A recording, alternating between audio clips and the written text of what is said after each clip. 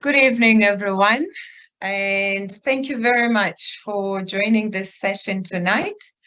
My name is Professor Puleng Sakalo. I am a professor of psychology and also the Chief Albert Luthuli Research Chair here at UNISA. It is my absolute honor and privilege to be facilitating this session for you tonight. So today we're going to be looking at your research topic and the focus of your study. So I'm aware that we are all at different phases of our research, but the idea with this session is these sessions are so that you can be able to reflect and think about where you are in your journey. And as we know, even if you've already passed a particular phase of your study, you always go back at some point. So the hope is that even if you've been thinking about your topic, you've decided on your topic, it's something that can always be revised, maybe at some point, but also as you're working, whether you're in your research phase or still busy with your proposal, some of these aspects or points or issues that we raise, we're hoping that they'll be useful, regardless of where you are in terms of your research journey. So as I said, I'm going to be focusing on the topic and focus of your study, but more importantly, also looking at how our work broadly speaks to the objectives of the institution. So in what ways is your work speaking to what UNISA wants to achieve, but also how is your work speaking to the national imperatives in terms of where you are. So I'm going to share my screen and then switch off my video so that we can just focus on the screen and on the presentation. So I hope that you can all see my screen right now. So the topic and focus of your study. Why do research?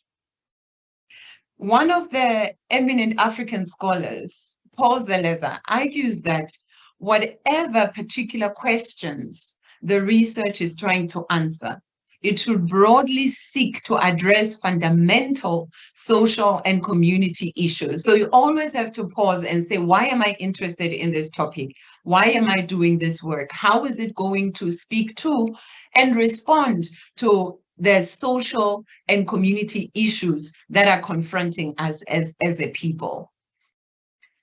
These social and community issues are often articulated in, as I said, the national, regional, and global plans. So if you think, for example, the SDGs, Sustainable Development Goals, is your work aligned and linked to the Sustainable Development Goals? Is your work going to contribute towards what these goals aim to achieve? Because many countries sign up to these goals, and then the work that gets done within individual countries are so that we can be able to respond to these global issues. Okay, so he goes on to argue that the generation of knowledge for social impact is something that he thinks our universities should always have in front of them. We don't do research just for the sake of doing research. We don't generate knowledge so that there can be this knowledge that is there. How is the work having impact on your society? How is the work going to have impact on your community? So we therefore need to generate knowledge for this specific idea, right? So tomorrow when you get your PhD, how is your work then going to assist towards policy change, towards us rethinking and solving some of the challenges that are confronting us? We were confronted with COVID-19. It's something that just came out of the blue that we did not know how to respond to. So how is the work, the knowledge that we produce, assisting us to be able to understand what's happening in the now, to understand how to connect this with what happened in the past, and also to imagine also the possibility of challenges that we might confront in future. I'm sure we can all agree that we do not want to be caught off guard with something similar to COVID-19 going forward. Yes, some things we cannot foresee or we cannot plan. They might just come at us like that. However, we need to always be thinking. We need to always be generating knowledge. We need to always be asking questions. And it's these questions, it's this curiosity that leads us to then conduct research that leads to our master's or doctoral degrees.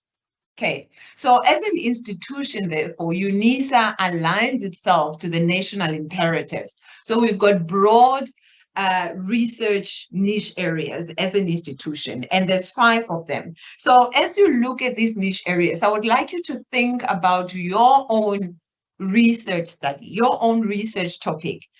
How does it speak to these niche areas? So knowledge generation and human capital development.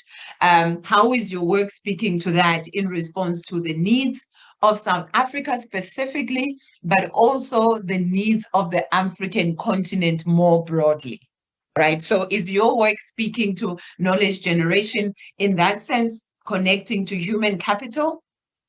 Or is your work looking at issues around the promotion of democracy?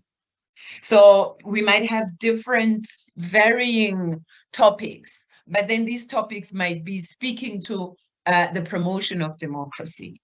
Is your work around human rights or responsible citizenship? What does that look like?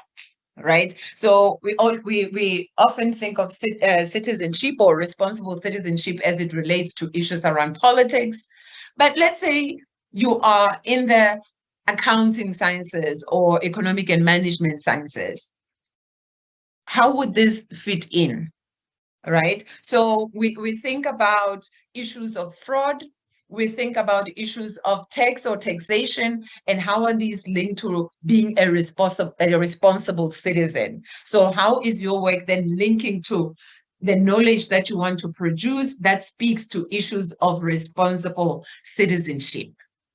Right, so that's just an example. Think about your own topic, think about your own discipline, and think broadly about how all of those speak to these niche areas, or in what way or where do you see your work linking to these niche areas? Because when you can do that, then we can say, okay, we can see how your work has got potential for impact when it comes to societal, community issues that are confronting us. And then, of course, innovation and capacity building in the STEM area, so your science and technology. There, again, how is your work providing innovative ideas, creative ideas? How does that look like in terms of the work that you're doing? And then economic and environmental sustainability. Those in environmental sciences, but also environmental sustainability when you're thinking about community development, when you're thinking about politics as well, when you think about decisions that are made when it comes to issues around the global markets. How are all those things linked to issues on sustainability, issues on the environment? One of the main challenges that we have right now, not only as a country, not only as a continent, but also around the globe, is issues of environmental issues, right? When we're thinking about climate change, it's at the center, at the core of what we are confronted with as a people in the world. And then, of course, open distance learning. UNISA is an open distance learning institution, open distance e-learning institution now. And so if we are to think about innovative ideas or creative ways in which we can think about how to ensure that ODEL works, we have to think outside the box. What kind of innovations, what kind of teaching platforms, material, tools that we can use to ensure that open distance e-learning works for us. Many of the tools that we use or softwares that we use or platforms that we use are imported. We have to buy licenses for these. We have to have contracts to be able to use many of the platforms. So what does that mean about us moving online? So what would it mean if we were to think about creating our own platforms so that we can draw from those platforms to ensure that our ODEL is not only reliant on external provision of support or using platforms that are outside of the continent, outside of South Africa, and what happens if there are issues or challenges around those. So thinking about the kind of work that you're doing and how you can do research that speaks to this. And then perhaps we can draw from your research to be able to respond to some of these issues. So these are the 5 main or broad research niche areas that the university then speaks to or draws from, and as they relate to the national imperatives. Building on these broad research niche areas, now the institution has also taken on further research niche areas. And these are as a result of looking at where we are as the world right now, looking at ourselves as an institution, and looking at the ways in which we can do work specifically, not just broadly around knowledge generation and human capital, innovation and capacity building, but saying, how can we even narrow these further to say what are the specific kinds of specialization that we can have as UNISA? We know that because UNISA is an open distance e-learning, there has been some disciplines or focus that we have not had as an institution because of what's required for us to do that kind of work. However, it's also critical to note that when we look at different disciplines or focus, there are multiple ways in which one can choose to look at some of these issues. And this is where, again, this idea of multidisciplinarity or interdisciplinarity also comes in as well, right? So these are the 11 niche areas. They're called the catalytic niche areas of the university.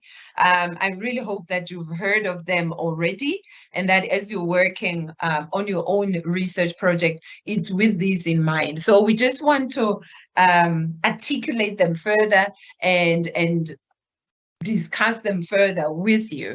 The first one is marine studies. So one would think, whoa, how does one do marine studies when studying at UNISA open distance e-learning? But how do we look at marine?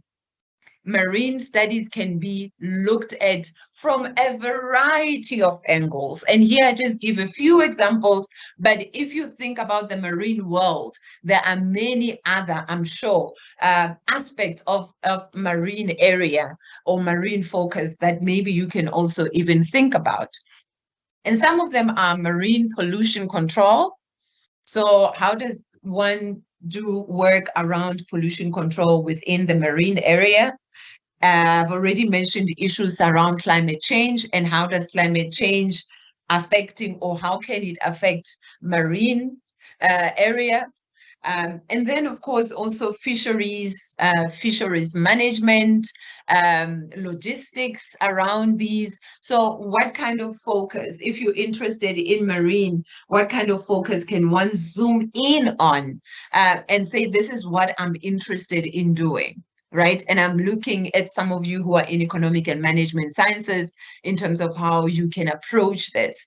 So, for example, marine ecotourism. So if you're doing tourism management, what would it look like to think about ecotourism in that area, in that sphere, right? And then, of course, environmental education around marine areas. Okay, so these are just some of the examples.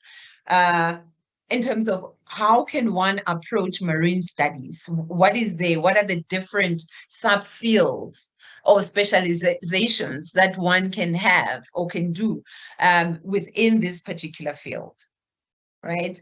And then again, aviation. So aviation studies, again, is one of the things that UNISA has decided to take on as a catalytic niche area. Here we're talking about flights and understanding how they work, uh, the aeroplanes, how they work, but also ground stuff. As we know, if you've been to the airport, if you've flown before, you know that there's many different departments under the aviation umbrella. Issues around safety, very critical. I think that's one of the sectors really where issues of safety is at the top of the agenda. It is and it should be in many other sectors, but I think when it comes to aviation, it really gets a tick from my side when it comes to issues around safety. So what are the other possible specializations that one could have around aviation? And these are some of the things that, again, UNISA is interested in exploring. And we can only be able to do that if we have students who do work in these areas. And then this will also lead to us as an institution being one of the leaders in some of these areas. So that when someone's thinking about, okay, the possible ground staff possibilities around studies to understand all the different facets of doing work on the ground in aviation, where can one go? UNISA is the place to go. Who are the scholars that are known in this area? UNISA researchers are known. And this can only happen if we take on these catalytic niche areas and do research so that we have a better and in-depth understanding on how all these various spheres work. And then the third one, aeronautical studies. Again, here, understanding the physics of aircraft design. Our colleagues there in the Florida campus, colleagues doing physics, also zooming in on aeronautics, right? Aircraft design, maintenance, construction. These are just some of the examples of not thinking just narrowly when you're thinking about aeronautics and say, okay, I can be an aeronautical engineer and that's that. No, there are other spheres and subfields within aeronautical studies that one can also focus on and do research and studies on. And then automotive. The automotive industry, those in mechanical engineering, that's one aspect of it, but manufacturing, and then design as well. And this could even include students in the arts or students in economic and management sciences.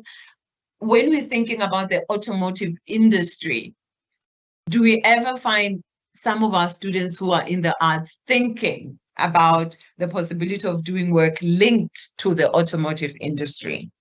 Marketing, development, many different designs of cars that we have that come out each and every year. Who are the people doing research? What kind of research are they doing?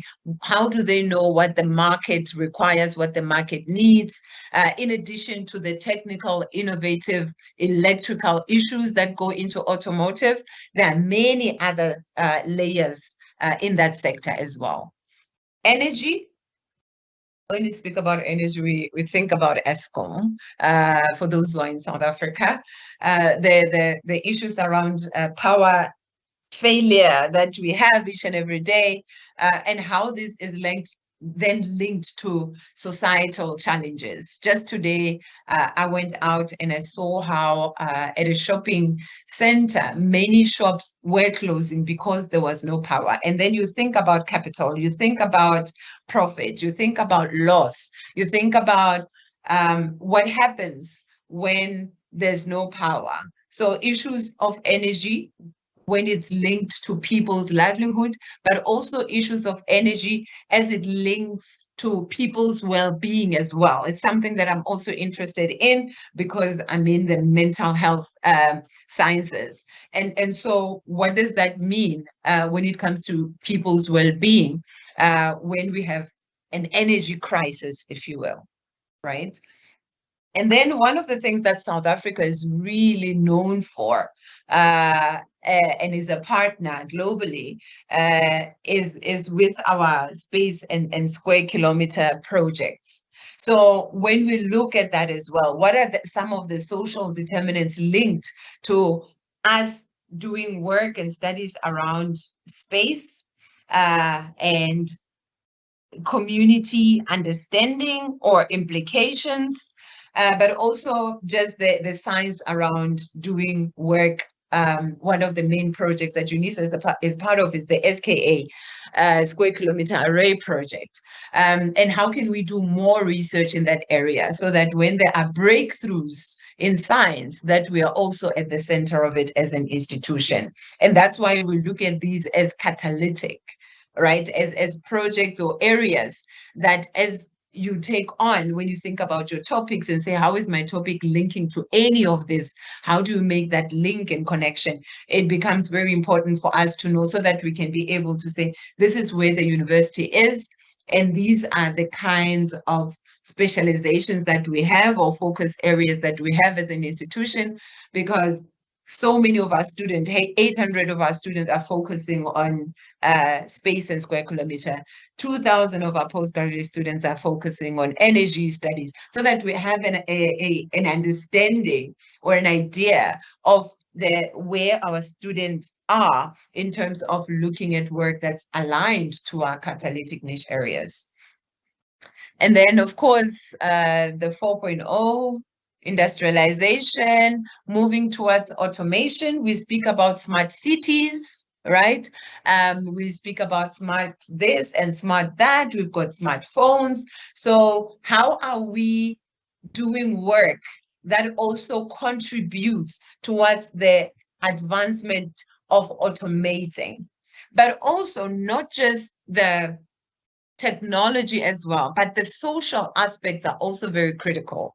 So what would it mean for one to do a research study focusing on the ethics of the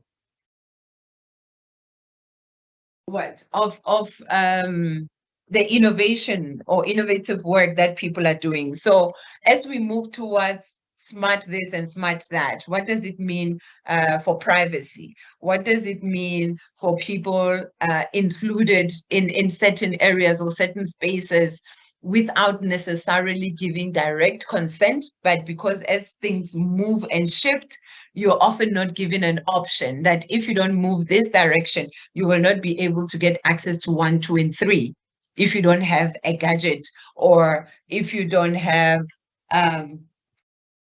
the kind of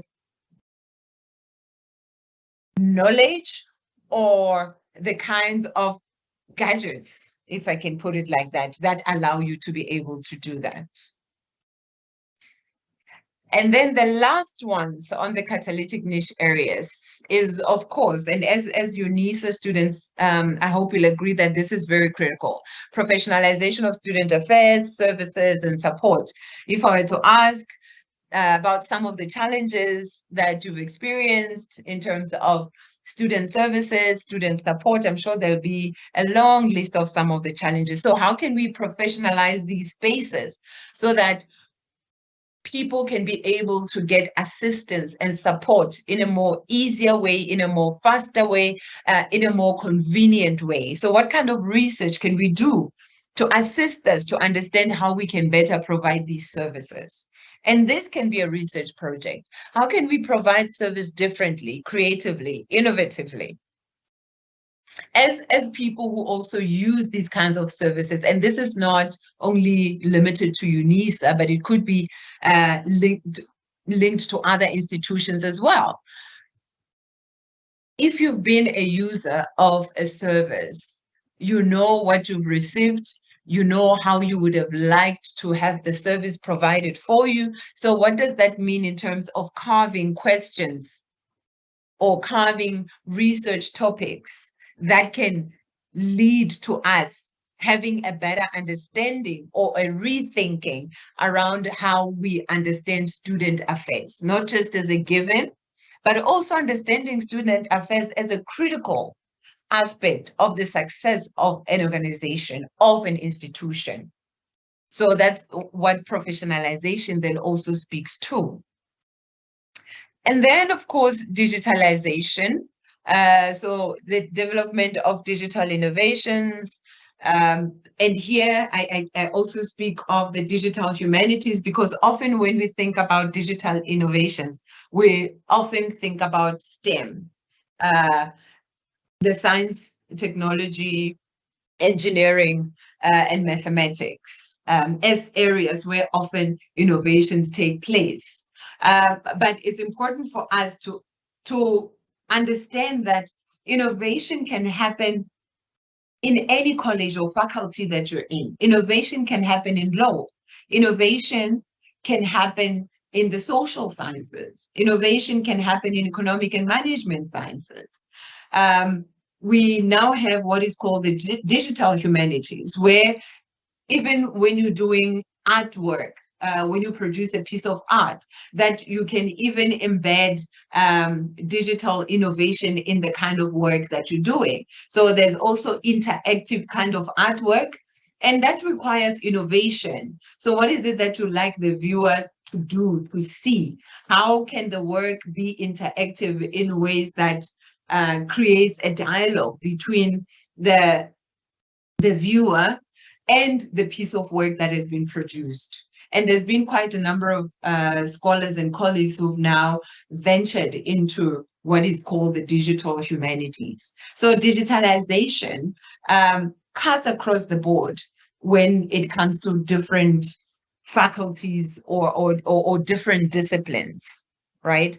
And then lastly, feminist theorization. I think this is very important and critical, specifically because of the challenges that are confronting us as the globe, but also specifically as South Africa, when it comes to challenges around gender-based violence, discriminations and stereotypes, and the kind of violence that we get in many of our communities, in many of our workplaces. In the context of gender-based violence, how do we theorize to understand why this happens? What are the implications of such violence? What does it mean for future generations? But also theorization also then extended also to people with disabilities. What does it mean to be a person living with a disability, and at the same time maybe you are part of the LGBTQIA community? So all these intersections, they can happen independently, but also at the intersection as well. So at the intersection of gender, at the intersection of class, at the intersection of able-bodied or not, at the intersection of your sexuality. And what do all of these mean as it relates to the other aspects that I've spoken about as well? So if you've got an in-depth understanding of feminist theorization, it can also speak to issues around student affairs. How do you provide service, right? How do you provide support? So that understanding also speaks to how you then do your work, how you engage with other people in your community, how you engage people in your workplace. So feminist theorization is broad in that sense. So these are the catalytic niche areas that the university has centered, and that the university would like you as the student to think seriously about as you continue journeying on this your master's or your doctoral degree.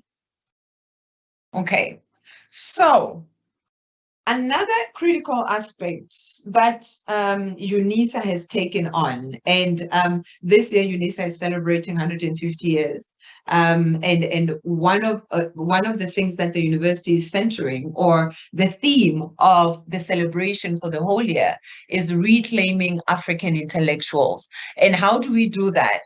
In a history of an education that has always centered Euro-Western ways of being and knowing. When you look at the education system that we have, and the kinds of theories that we use in many of our disciplines, much of it continues to be centered or drawing from borrowed theories and borrowed knowledges. So what would it mean for us to rethink that? What would it mean for us to do research that centers indigenization, indigenous ways of knowing, of being? What would it mean to think around how our work can be part of the decolonization project? And what would it mean for us to do work that is grounded and centered in African ways of being and knowing, African histories? And this is what these three columns are about. And to say, what is indigenization? What would it mean to indigenize, right? And to indigenize means that as we do our work, we consider how and to what extent the current ways of being and knowing, the current pedagogy, learning and teaching that happens reflects the communities that we come from, reflects the histories of our people, right? So if the work that we're doing does not reflect our histories, our way of being and knowing and understanding, then the work that we're doing is not grounded within an African context, or it's not grounded within an indigenous context or way of being. And then, of course, to decolonize goes more broadly, right? So it's in the center. You decolonize to move towards Africanizing, you decolonize to move towards indigenizing, right? And so indigenizing could be if you are also based in New Zealand, or you're based in North America, or you're based in Australia. We speak about indigenous people, indigenous cultures, indigenous ways of being and knowing. And that's why then Africanization is also standalone, because when we talk about Africanization, it incorporates indigenization as well, because we're saying we're indigenizing but drawing from African ways of being, learning from others outside of Africa, but understanding and acknowledging the knowledges and wisdoms that are based and centered within the African continent. And then to decolonize is to say colonization has done so much harm in many of the countries that were colonized, in all, actually, not many of the countries, all of the countries that were colonized, that people's histories were erased or marginalized. People's cultures were decentered, they were put into the margins. And this has been so that Western ways of being and understanding the world can be privileged, right? And this has then led to the assumption that as Africa, we don't have a history. Because if we have a history, why is that history not an integral part of what we learn and know and informs how we come to be in the world? And what has this done in terms of how we are responding to the challenges that are confronting us as a continent, as the globe? So what is it that the rest of the world is missing out on by relegating other ways of understanding and being and knowing to the periphery? We're now at a point now where we're talking about conservation, nature conservation, learning and drawing from collaborations with Africa. There's some of the indigenous knowledge systems that are now being drawn from, because there is an understanding that actually there has been a disservice that's been done to much of this knowledge that was assumed to be useless by virtue of them being indigenous or by virtue of them being African. We are confronted with challenges of climate change and many other challenges confronting the world. And among the scholars or scientists or scholars in the world, researchers in the world, there is now a renewed understanding that actually we can learn so much if we do not limit ourselves to this assumption of the Western knowledges as being supreme and as being universal. Okay, So here I just wanted to give an example, again, borrowing from indigenous ways of being of the Aboriginal people of Australia. Again, just saying, how do we understand learning, and how has the Euro-Western way of being made us to understand how learning happens? Learning as removed from our communities, learning as removed from the collective understanding of the world, and saying there are 8 ways in which we can understand how learning happens as one of the examples from their own culture, way of being, and way of knowing. You can think about your own culture as well. Do we even understand what ways of learning there are or there were in our individual or particular cultures that we come from? This is my challenge to you to start thinking about that. So this example of the Aboriginal people saying the community plays a very critical role. And so community linkages are important for the process of learning.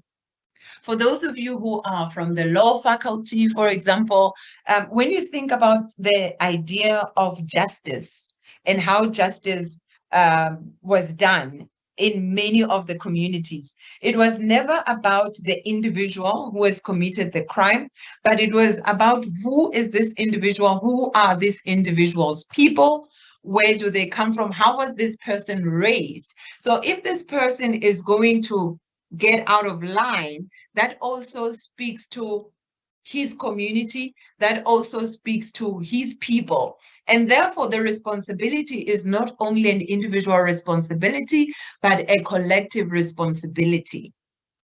And in that way, people always understood that if I do something, it's a reflection of my family. If I do something, it's a reflection of my community. And therefore, I have a moral obligation to ensure that whatever I do does not bring disrepute to my community. And so when you do good, the community celebrates. And when you do bad, then the punishment or the disgrace comes to the community as well. So that is why in many of the ancient communities, there weren't prisons or correctional facilities, because it was never about the individual. So when you think about the Roman Dutch law, when we think about the ways in which we practice the law, and we think about justice, what are we drawing from? And what does that mean for the kind of context that we're finding ourselves in? And often, what does it mean for the person who was incarcerated to go back into the community and be reintegrated into that community? What are the challenges that people then experience in that sense? So those are community links. I'll just be fast with the others. Again, it's about deconstructing and reconstructing, always learning and relearning. People grow, people learn, things evolve. What happens along those lines? So it's never a one-way binary, this or that way of being and doing and understanding, but always understanding that things shift along the way, right? So that again, it links to the non-linear. So we're only not just looking forward, but we're looking forward, linking that to the present, but always remembering that the past always influences the present, and it influences the future. So understanding of the world, or understanding of how learning happens, is not in a linear manner. It's not from grade 1 to grade 12, or and then going to university in that way. That learning happens at different phases in different ways, and has different meanings also for these different phases of becoming human, right? This idea of personhood. But also that learning, it does not happen in isolation. Learning happens in the ways in which we are connected to nature, in the ways in which we are connected to the environment. So for Aboriginal people, the land is very, very important. And that's why the violence of colonialism actually broke so much in terms of people's psyches, because it removed people from their ancestral lands. And then also the symbols and images, the metaphors that people use, the proverbs, the totems. What do all of these mean in terms of how people learn to be in the world? Right? And learning is not just verbal, what we speak and say to each other. It also happens non-verbally as well, right? And then for Aboriginal people, it's also the learning maps. The rivers also are very critical in terms of how people become and be in the world. And then stories, story sharing, storytelling. We always speak about sitting around the fire, and that's how cultures were passed on from one generation to another, where the elders would pass on the wisdom to the next generation. So stories have always been part of the indigenous way of being in the world, and also of learning and passing on wisdom. Okay, I'm going to just jump through these quite a bit with the hope that you do get a sense in terms of why we as an institution, but also when we're thinking about the importance of the decolonization project, but also when we think again around knowledge production and the impact of that knowledge, both nationally, globally, but also the social impact in our communities. Is your topic right now, as you think about it, as you reflect on it, going to assist you to get a better understanding of the challenges that are confronting us as South Africa? When you think about how you want to approach your topic, does it speak to the lived realities of your community? Does it speak to the lived realities of South Africans? These are questions that I would like you to think about when you think about your own research work, right? Again, indigenization is about complementarity, right? It's about understanding that I am because we are, understanding that it's through opening up or opening myself to learning to other people that I can enrich who I am. And it's always about learning from one another, right? I've already spoken about the history of colonization and how it has contributed to how we've come to understand what learning and education is, right? So it's about integrating place-based learning, right? I spoke about the importance of our connection with the earth and the land. What does that mean in terms of how we understand what learning is and what learning is about, right? But also, it means if we are to seriously take on an indigenous way of being or decolonizing, we need to think critically about who we reference in our work. So when you think about your literature review, let's say you have 20 authors in your literature review that you've looked at up to now. If I were to ask you a question right now, how many of those authors are indigenous authors? How many of those authors are African authors? This is very critical because if we are going to take seriously the idea of indigenizing, we also need to think about what theories we are drawing from. There are many African scholars, there are many African theories, there are many African scientists, there are many African poets, humanists. How many of them do we draw from? How many of them do we reference?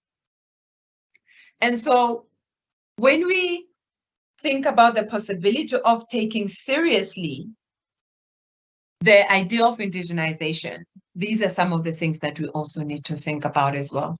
I know of a few universities, UNISA is not there yet, an emphasis on yet, that actually require that the majority of people that you reference should be indigenous scholars. That if you're going to be looking at issues pertaining to African challenges, you draw from what previous African scholars have been doing and saying. If you only rely on imported theories, how are they going to assist you to make sense of African realities, right? And then decolonization, it's about rediscovery. It's about recovering. It's about acknowledging that which was lost as a result of the colonization projects. It's about issues of language. When you think about language, language is not about speaking, about communication, but language is also about identity. Many of our identities, how we understand the world, is embedded in our languages. Many of our histories are embedded in our languages. So what does it mean for us to only learn in foreign languages? So what is it that we lose in the process of translation? And the issue of language has been debated and talked about quite a bit. And so decolonization says we need to take seriously the role that language plays, the role that indigenous or African languages play, and create a way in which we can recover these. It means the possibility of you writing your thesis in isiZulu, in Setswana, in Twi, in Kiswahili, right? In Yoruba. That's what it means. That these languages should also be at the center of learning. And then decolonization is also about taking a moment to acknowledge that which we have lost. We understand that there's so much that we can recover, but we cannot recover everything because of what was destroyed, both literally, but also symbolically. So mourning that loss and saying, how do we move forward? Saying, how can we dream about a different future? How can my research assist us to think about the possibility? So my research as this dream that allows us to look at what could be possible, what can be possible, right? So this kind of dreaming is linked to the possibility of having that PhD thesis written only in Yoruba. So one can say, oh, that's a dream. How can we do that? There's a few, even if you go to the repository, there's already a few people who have written their work in their home language. 100%, not just the abstract as required right now. So what would it mean to have such a dream and to actually realize it? Because we have lecturers who are isiZulu lecturers. We have lecturers who are Botswana, who are Ravenda, you know? So as it stands right now at undergraduate level, we are exploring this, that if there is a lecturer in your discipline that can mark that assignment or that exam in isiXhosa, then by all means, as a student, you are allowed to write it in isiXhosa. And this is what the project of decolonization is about. And then having the commitment to actually put resources in place to be able to make this feasible. Because one can ask, but I would love to write in Igbo, but I'm told there's no lecturer who understands Igbo. So what would it mean for institutions to also then put resources? And of course, it starts step by step. If you're based in South Africa, it would start with the local languages. But going forward, what would it mean for us working together, collaborating, networking? A lecturer does not necessarily be based in South Africa, but we might know that, okay, we have got colleagues who are based in Tanzania, who are Kiswahili speaking, who can be able to assist with this. So what would that mean when we speak about truly reclaiming African intellectuals? All this thinking, all this commitment, all this dreaming, if things and resources are put in place, then we can imagine them actually being actioned, right? Moving from being committed to this change and actually taking steps to making sure that we effect this change. So the need to decolonize asks us to think about our curriculum, to think about our research topics, to think about the kinds of questions that we ask when we conduct research. who controls the field internationally and in South Africa? So in your particular field, in taxation, for those who might be doing taxation, if I were to ask you, who is the eminent scholar of taxation? Who's the name that's going to come for you? Which name is going to come to your mind? And is that name a South African name? So who controls the field internationally, right? Who are the major actors or players, if, as is usually said, in the field? And what does that mean in terms of shaping that particular discipline, right? Because those who are leaders in the field play a critical role in shaping that particular discipline. How do you want to be part of that conversation as a PhD student right now, as a master's student, as an honors student? Who controls the institutions and organizations of the field? Right? So who are the people who are the decision makers, who are the policy makers in the various disciplinary and professional associations that we have? Who is sitting there? Right? So when we're thinking about being registered internationally, it's never the other way around. It's never someone sitting in America saying, I want to be registered with that association that is based in Africa. It's always us saying, I want to be registered with that institution that is based in America. That is when you are internationally recognized, right? So, and what are the implications of that in keeping the status quo as part of the colonial project? Right? And then lastly, who produces knowledge in the field and about the field? Again, linked to number one, who are the main players? Okay, I'm going to jump this because it's also about decolonization and also indigenization.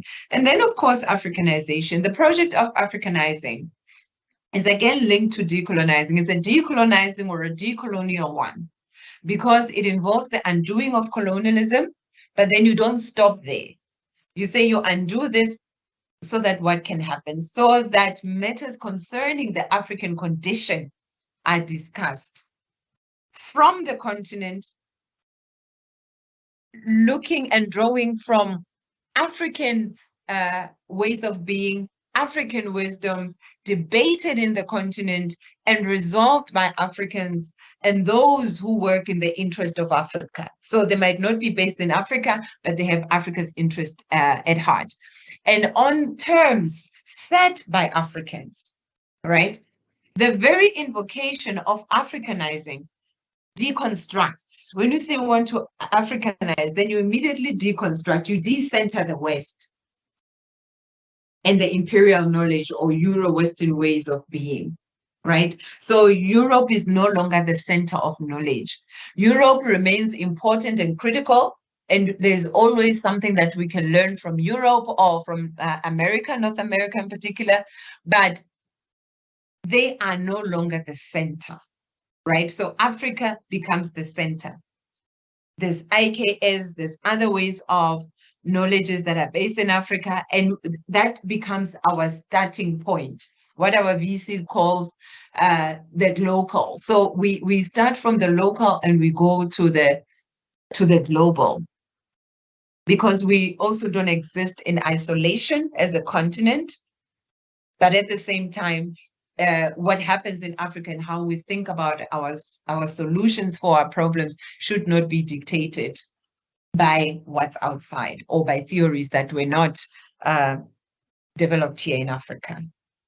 Put differently, Africanizing could be viewed as synonymous with decolonizing processes taking place on the African continent, but decolonization and decoloniality have much wider application around the globe. Because we can speak about decolonization in South America, decolonization in Australia, decolonization in New Zealand, all the colonized places, right? But then when we Africanize, we're saying we are centering Africa. Okay. Here we think about what is there in Africa. right? So when you think about the questions that you ask in your research, there are resources in this continent. There have been and there continues to be. However, we all know that Africa is still considered one of the poorest continents. So my question is, how can we be so wealthy and yet so poor? Right? Again, it's very much linked to the idea of power, the idea of knowledge creation, the idea of who decides on what questions are asked, who decides on where the focus is given. Much of the research that's done in Africa that is funded from externally is focusing on health. Are we really that unhealthy as a continent? The majority of work that is done in the continent focuses on health. So where's the time for us to think innovatively? Where's the time for us to think around innovation, around the possibility of, the fourth industrialization and what that means for us as we're sitting here? And what does that mean for the challenges that we have, right? And so these are some of the possibilities that are there. How do we then shift the frame of reference? And what would that mean? Okay. So all of these questions around the focus of your work, all these questions that you need to ask yourself, only when you've done this, when you've contextualized, when you've thought broadly about these histories, when you've thought about the theories, that you can say, but okay, so how is my research, my focus, my objective speaking to all of these issues? What is it that I want to achieve with this research that I want to conduct? So sometimes we ask questions because maybe it's a funded research and you're joining an already existing project. Okay, that's fair enough. But sometimes we come up with questions also because there's some personal history attached to it. It's something that's close to your heart. Okay, that's fine. But then how do you link that to the broader societal issues?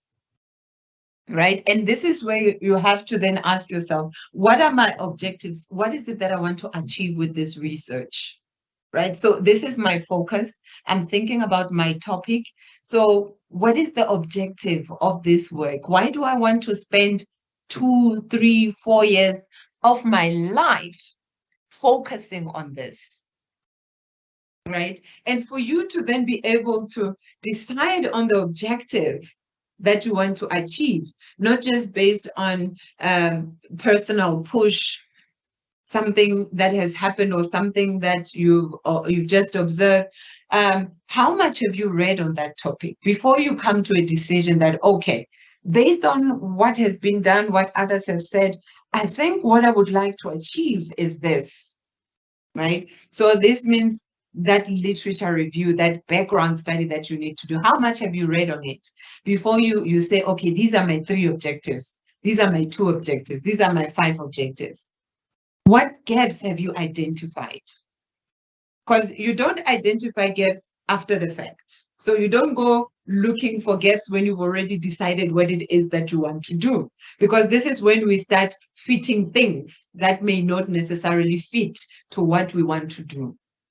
You can only identify gaps if you've done thorough background work, right? And this means reading and familiarizing yourself with this tentative topic that you are toying with, right? And so what is missing? If you've identified what is missing, then it makes your life a bit easier in some ways, because this assists you to formulate what your research will address. So if I ask, what is your argument? So what is it that you're arguing? Why should I care about this topic that you've decided on? You need to be able to answer that. You need to say, no, but what's been done so far does this and that, or there hasn't been focus on this, or what I've identified is this and that. My question of why should I care about your research should be an easy one to answer, because you are now having your armor with you, right? You have read, you know what's missing. And that's why it's important to spend 4 years of your life contemplating this particular topic. So, but also what you intend to do has to be achievable. Like I said, I used to have an advisor who used to say, a PhD or a master's is just an extended assignment. Think about the assignments that you've been doing at undergrad, but of course here it's at a higher level. But it's something that needs to have a beginning and an end. You have 2 years, you've got 3 years, you've got 4 years. If you're lucky, you're given a bit of an extension, but ideally you should finish your study. So it has to be achievable. And if it's something that is your passion, at the end, your recommendation, your future research, next steps is something that you can then build on when you're done. So it has to be something that has to be achievable. That's also going to make your life easy. Something that is achievable makes the research objectives so clear, right? Your findings should contribute to the body of knowledge. You need to offer us a renewed understanding of a phenomenon. You need to offer us tools to be able to tackle that particular issue that you have identified. At the end, we need to say, okay, so what? Okay, with what this person has done, this is how we can be able to move forward, right? How is what you are aiming to do going to advance your particular field? Sorry about the typo there. Okay. So your objective is to examine something. You want to assess something. You're interested in exploring a particular phenomenon. You want to investigate something. So when I see this in your work, I know that, okay, this is your objective. This is what you want to do. You want to investigate. You want to assess. You want to measure, right? So an example that I gave, there's this study seeks to examine the impact of improper mass disposal on aquatic life in South Africa. This study aims to do 1, 2, 3. So you can fill in the missing words there. All right. So that's how we'd like to see your research objectives. It's of course July now. So I'm imagining if you're busy with your proposal, these are some of the things that you've already been thinking about, that you've already been writing and addressing together with your supervisor. And I hope that these will assist in your continuous thinking about questions and objectives and the focus of your study. Now, the question is a specific inquiry which the research seeks to provide a response to. What are you asking? What is it that you want to have an answer to? What hypothesis are you coming in with? So it's at the core of your systematic investigation. When you get to the methodology is going to assist you to be able to answer this question that you have asked, right? So it's important to ask your question in a way that's going to assist you to be able to follow the steps in your methodology to be able to answer this research question, right? So it's one of the first steps that you're going to have in the research project. What is your question? So what is the phenomena that you want to investigate? What are you asking, right? What is it that you want to answer? What is that question that you want to answer? That's very critical. And then we can say, these are the steps that I'm going to follow to be able to answer this question. And I like this that I took online. If you can answer a research question without doing much research, then it's a bad question. All right? You're going to spend the next 2, 3, 4 years answering these questions. If you think about it, that's what your thesis is about. That's what your dissertation is about.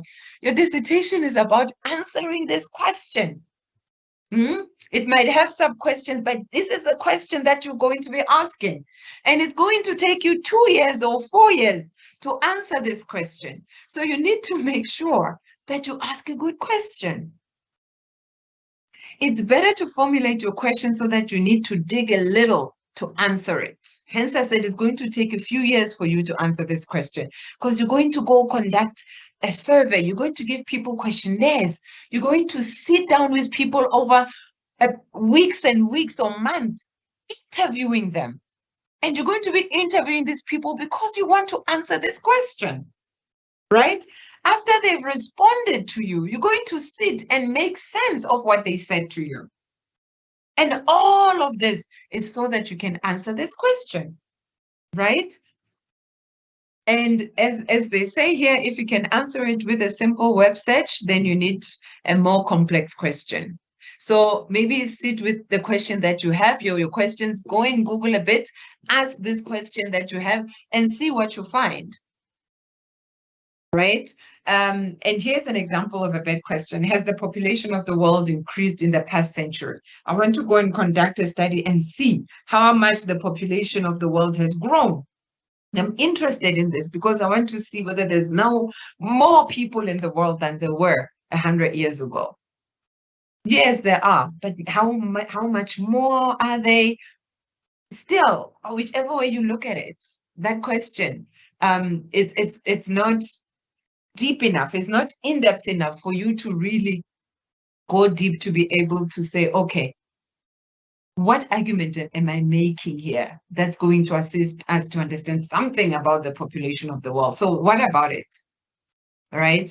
So the population of the world increasing in the past century does what for us? What does it do for us? Okay, and here's an example of how you can think about a research question. You might have a topic or a focus. So my study is about media violence. That's what I'm interested in. That's my focus. I'm interested to understand how media violence show itself, how, where, and in what ways, and how can we understand it. So it's media violence. That's what the general topic is. But that's very broad. That's when we say it's too broad. What is it about media violence you want to know, you want to ask? And you'll see this down-facing triangle gives you a good example on how you can narrow down the broad topic that you have.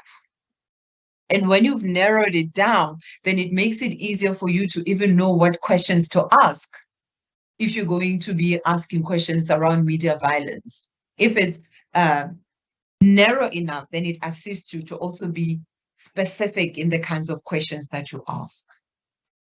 Okay. And then I think this is the last part that I want to focus on before I pause so that I can engage with you on the questions that you have. I'm doing this presentation after which I'm hoping that as I go along, if you have any questions, you will then put those questions down in the chat box, and then we can have a conversation around them. Please, there's no question that's too simple or that's not good enough. What you're asking can be very helpful for other students as well. And as I always say, I may not have the answer to your question tonight, but as you know, we're going to be having these ongoing sessions for the rest of the year, focusing on different topics. So if I cannot answer your question tonight, I will note it. And then in the next session where I will be presenting, I will start first by attending to the questions that I could not answer tonight. Okay, all right. So operationalizing your work. Right. So to operationalize, it assists you to also have clear in your head what it is that you want to specifically focus on. Right. So you need to operationalize. And this is where you take abstract concepts, right, that you intend to use in your study, and then you turn them into what can be measured. For example, the example that we have here, how do you measure media violence? Right? So it's quite broad. And then if you narrow it down, then you can work with concepts that can easily be measured. It assists you to be able to come up with questions. It assists you to be able to have questions for your questionnaire or your survey that you can be able to measure. So that's the role of operationalizing. All right, here's a quick example. Is there a relation or relationship between sleep and social media behavior in teenagers? So you're not just looking at media as an issue, but you're saying these are the specific things that I would like to know and to measure as they relate to media and media behavior, specifically looking at teenagers, right? So you're saying, is there a relation between sleep and social media behavior in teenagers? So there are main concepts, two main concepts in your research question here. First is sleep. So that is the concept that you're interested in. It's very particular, right? So you're not looking at the relationship between forming friendships and social media behavior. You know, if you are in the socials, you can make friends easy or whatever. So you're not interested in that. You're interested specifically in sleep. So that's your concept, right? And then you're also interested in social media behavior, how sleep is linked to social media behavior, right, among teenagers. So those are your concepts. So you need to then operationalize those. What is it that you want to measure? What are the variables here? Are you going to measure the amount of sleep? Because sleep, what about sleep are you interested in, right? We know maybe teenagers, young people, it's always said that in the middle of the night, if you go to a young person's bedroom, they're under the blankets, but you see a light, right? They're on their social media platforms. So do they get enough sleep? Do they get good quality sleep? So what is it about sleep that you want to know, right? Amount of sleep or the quality of sleep? Do they sleep enough? Or they are on their phones until 2 a.m. and so they don't get enough sleep? Or because they are on their phones so much, by the time they sleep, they don't get quality sleep. So what are you interested in? And are you going to measure how often teenagers use social media? Again, the amount of time, or which social media they use. Are they on Insta? Are they on Twitter? Are they on TikTok? So what is it that you're going to use? So here again, when you look at your variables, are you going to be using at the how often? Are you going to be looking at which? Are you going to be looking at when? So again, narrowing down to being specific in terms of what you're interested in. If you can do this at the very beginning of your study, then the rest, as they say, is easy. Because if you're very clear on what you want to measure, if you're very clear on what the variables are, if you're very clear on what issues you want to investigate or to explore, then it assists you to know the kinds of questions that you're going to be asking people who are going to be part of your study. So again, here, literature study becomes very, very important, right? Use previous studies to identify the most relevant or underused variables. Again, here, if you're going to use amount of sleep, maybe there's so many studies already that have measured or looked at amount of sleep, but not many of them have looked at quality of sleep. Already that tweaks things a bit. So what is already there? What is existing? Again, that background work that you do before you decide on the focus, before you decide on that objective, right? This will highlight any gaps, as I've already said. So there are your concepts, there are your variables, the possible variables that you can look at, the amount of sleep, the quality of sleep. And of course, maybe as you're looking, you can think of something else linked to sleep. That might be a possible variable that you can add here. And then the social media behavior, the frequency of use, the platforms, nighttime use of social media, that could also be variables, things that you want to measure. So when you've narrowed these down and say these are the variables you're going to be looking at, then you can move on to the next steps. Okay. And then to operationalize has got its good qualities or advantages. It's important for the reasons that I've already indicated to you, but also there are others that have been provided to us by other scholars. It's about consistency. You consistently measure variables across different contexts. When it's very specific what it is that you want to do, if somebody is sitting in Zimbabwe want to do the same study, it's very clear what you focused on. Then they can be able to draw from that. That is why also when you're doing your literature review, the idea is that you're going to get other studies that were very clear in terms of what their focus is on. So when you operationalize and we know how you're using the concepts that you're using, then that assists us as other researchers to also be able to say, okay, I can learn from what this person did. I can learn from how they approach this work, and maybe I can draw from what they did to then be able to make sense of my study. This again is part of the possible contribution of your work.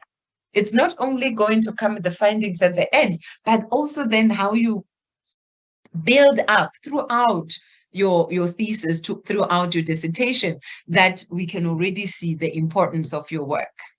Okay. And this is around the scientific research being empirical work with measurable findings, the objectivity of your work. And here, if you're using, quantitative work, a standardized approach that others can also then use, and the reliability also. So a good operationalization can be used consistently by other researchers as well. So how reliable is this, right? And then, of course, there are some limitations to also consider. As we always say, it's always good to understand that what we use and the definitions that we use can be useful for what we're using them for. And then if maybe somebody applies them elsewhere or in a different way, they might come short. And this is how we continue building on the work. Right? That's why we have future research. That's why we have recommendations in how things can be done differently. And of course, if you were doing social media and young people behavior patterns in 2023, it's not going to be the same if you were doing it in 2001, or maybe if someone is going to be doing it in future, drawing from your work in 2030, right? So across different time periods, across social settings as well, there could be differences. And that's why it's always important that even when we speak about objectivity, standardization, context plays a very critical role. And also the things change also over time. If things did not change, then there would not be a need for us to continuously do research. I think many scholars and researchers in the ancient times would have provided us all the answers that we need. And that by now we'll just be drawing from what they have done and just applying what they did. But we know that over time things change. That's why you're doing this research today. Because what's happening today is not the same as what happened 20, 50, 100 years ago, right? And then it is argued that operationalization can be reductive. If we are too specific in how we define, we can easily miss meaningful and subjective perceptions of concepts. So if you just say, this is what this concept means, right? Quality of sleep, this is what it means. This is how I'm operationalizing it. You might miss other ways of understanding what quality of sleep is. So my perception, my understanding of quality of sleep might not be the same as yours, right? So again, that reductiveness is what has been put forward as a possible limitation to this. So, but it's important to understand these so that also when you do your work, you don't say that this is finite, this is how we need to understand quality of sleep, but you need to say this is how for my study I'm understanding and I'm defining quality of sleep, right? You cannot generalize in that sense that in another context when someone does it differently, then it's not the same anymore, right? And then that idea of the universal, right? Context specific, it goes back again to that indigenization, Africanization, to say often with the Euro-Western ways of being, it's always been assumed that if a theory exists, that theory can just be applied anywhere in any context, it's universal. No, context plays a very critical role. And I think this limitation reminds us of this, right? How we understand the example that's used of corruption can be understood very differently. In South Africa, we speak about corruption every day. Do we understand and operationalize it in the way that it would in a different context. Yes, we know that, okay, when we speak about corruption, it's this and that, but in terms of how then it's done, perceptions of corrupt business practices, some businesses could be saying, no, but this makes sense to us. This is how we conduct our business. But then if maybe I go to Japan and I say, this is how we conduct business, this is our business practice, they might say, no. In our context, if you were to do 1, 2, 3, that would be perceived as corruption. You cannot do that, you know? So those kinds of things, in terms of when you move to a different context, the meaning can also vary somewhat. Okay. And then lastly, as I pause and go to your questions, research really is about curiosity. Research, as Zora says, is formalized curiosity. I liked this quote. It is poking and prying with a purpose.